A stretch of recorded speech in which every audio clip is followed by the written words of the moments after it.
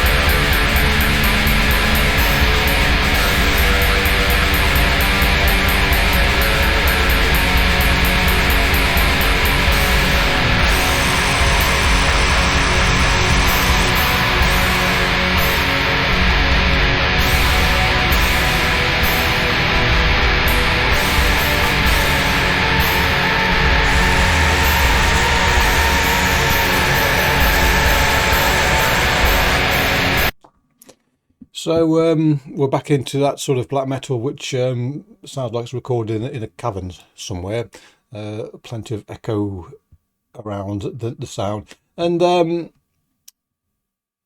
we're into territory whereby shitty drum machine again. But it is a measure of a song, how good it is, that despite the drum machine being pretty woeful, it doesn't detract at all from the general overall ambience of a song. And these bands I'm listening to of late, a lot of them have shitty drum machine sounds, which in any other genre, or perhaps any other setting, might be a detractor, but it doesn't really matter at all in the present circumstances. I guess if, like me, you listen to music as a whole and don't particularly pay an awful lot of attention to the finesse, the niceties and the nuances, even though they are there and apparent, you take them as the whole, if you like, then shitty drum machines don't particularly bother you, or me.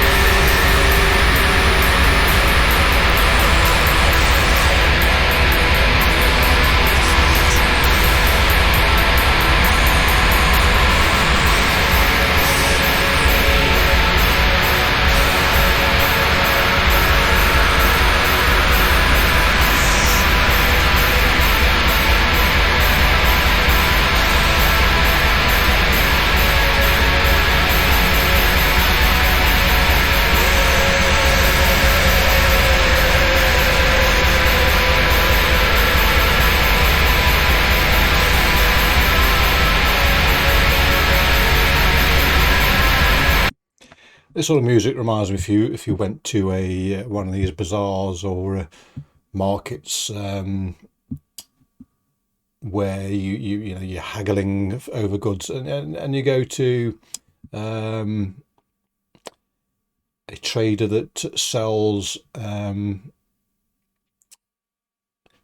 net curtains or gauze curtains of many colours, and when you go and visit, they'll have them laid flat, laid over a desk or over a counter, whatever you, and they sort of show you one and then lift that off to show you another colour or another design, and so peel back the layers of these gauze curtains, and this music reminds me of that. Really, it's layers of gauze. There's nothing too heavy here.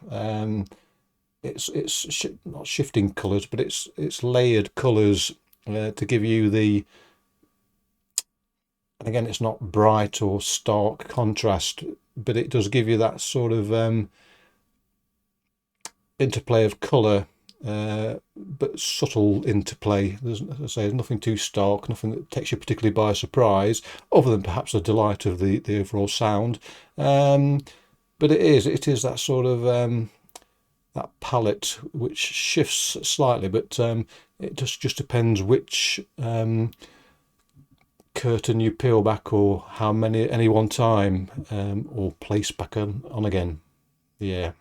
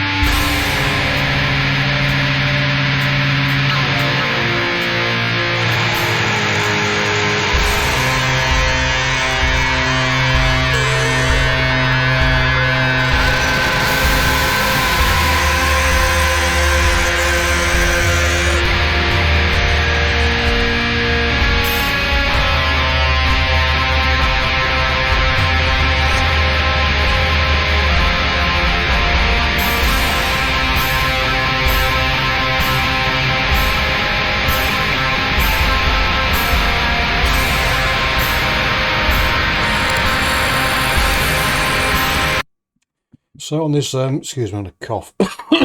On this album, there are perkier numbers, but I've chosen this one because of the atmospherics.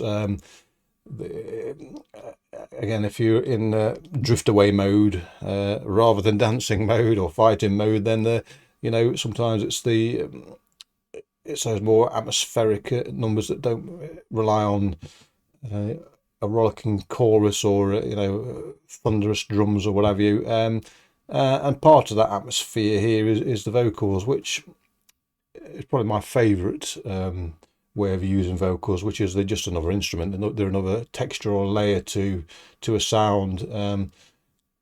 I've said many times I don't care about lyrics anymore, what people have to say particularly. So on that basis, why do I need to hear distinct words? Let me just have the vocals as I say, another instrument, another layer, and this works very well in that sense for me here. It does.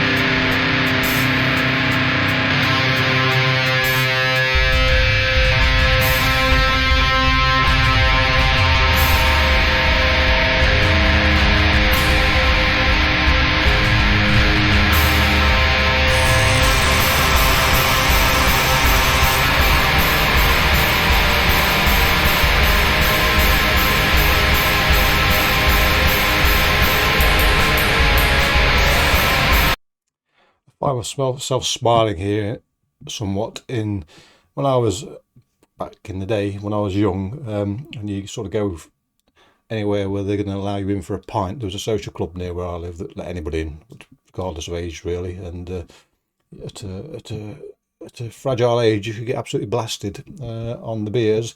But it was a club a cabaret club as well. They used to have bands on and what have you, and inevitably,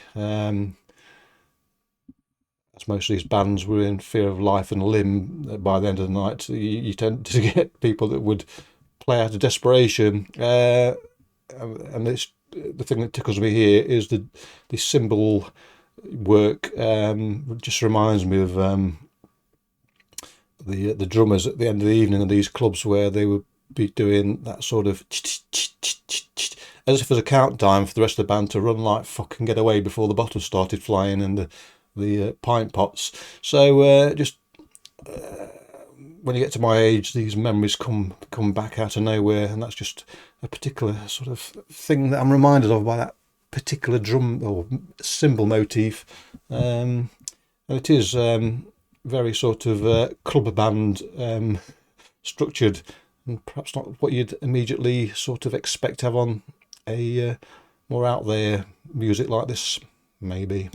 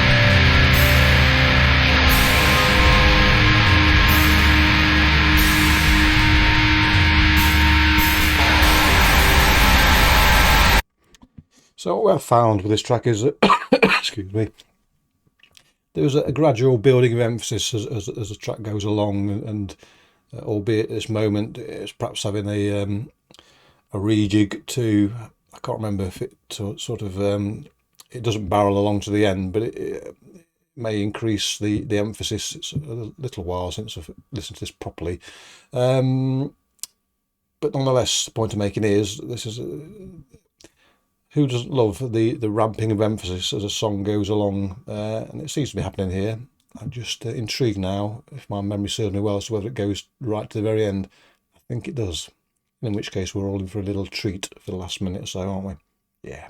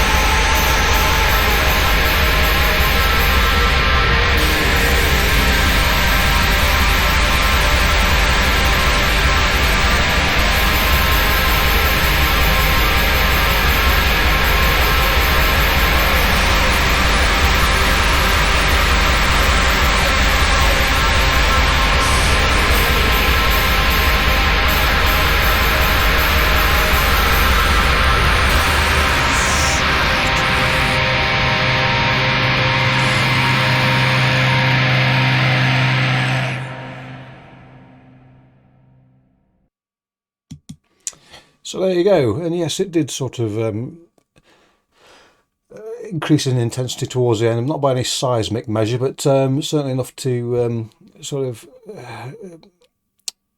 this is the album closer, so it does bring it to an end nicely with a bit of drama and moment. And as with most of these sort of lo-fi-ish sort of artists, there's no stark contrast here. It's all subtlety and nuance. I mean, subtlety is perhaps the wrong description, but nuance isn't. And there are muted slashes of colour streaking through at the end, which I find very pleasing. The whole album as a whole is has this sound, but there are, as I say, choppier songs amongst them all. But as I say, the more ambient nature of that particular track grabbed me more than some of the other ones, maybe. Anyway, enjoyable, I'm sure you'll agree. Clicky bollocks. Catch you all next time. Cheerio.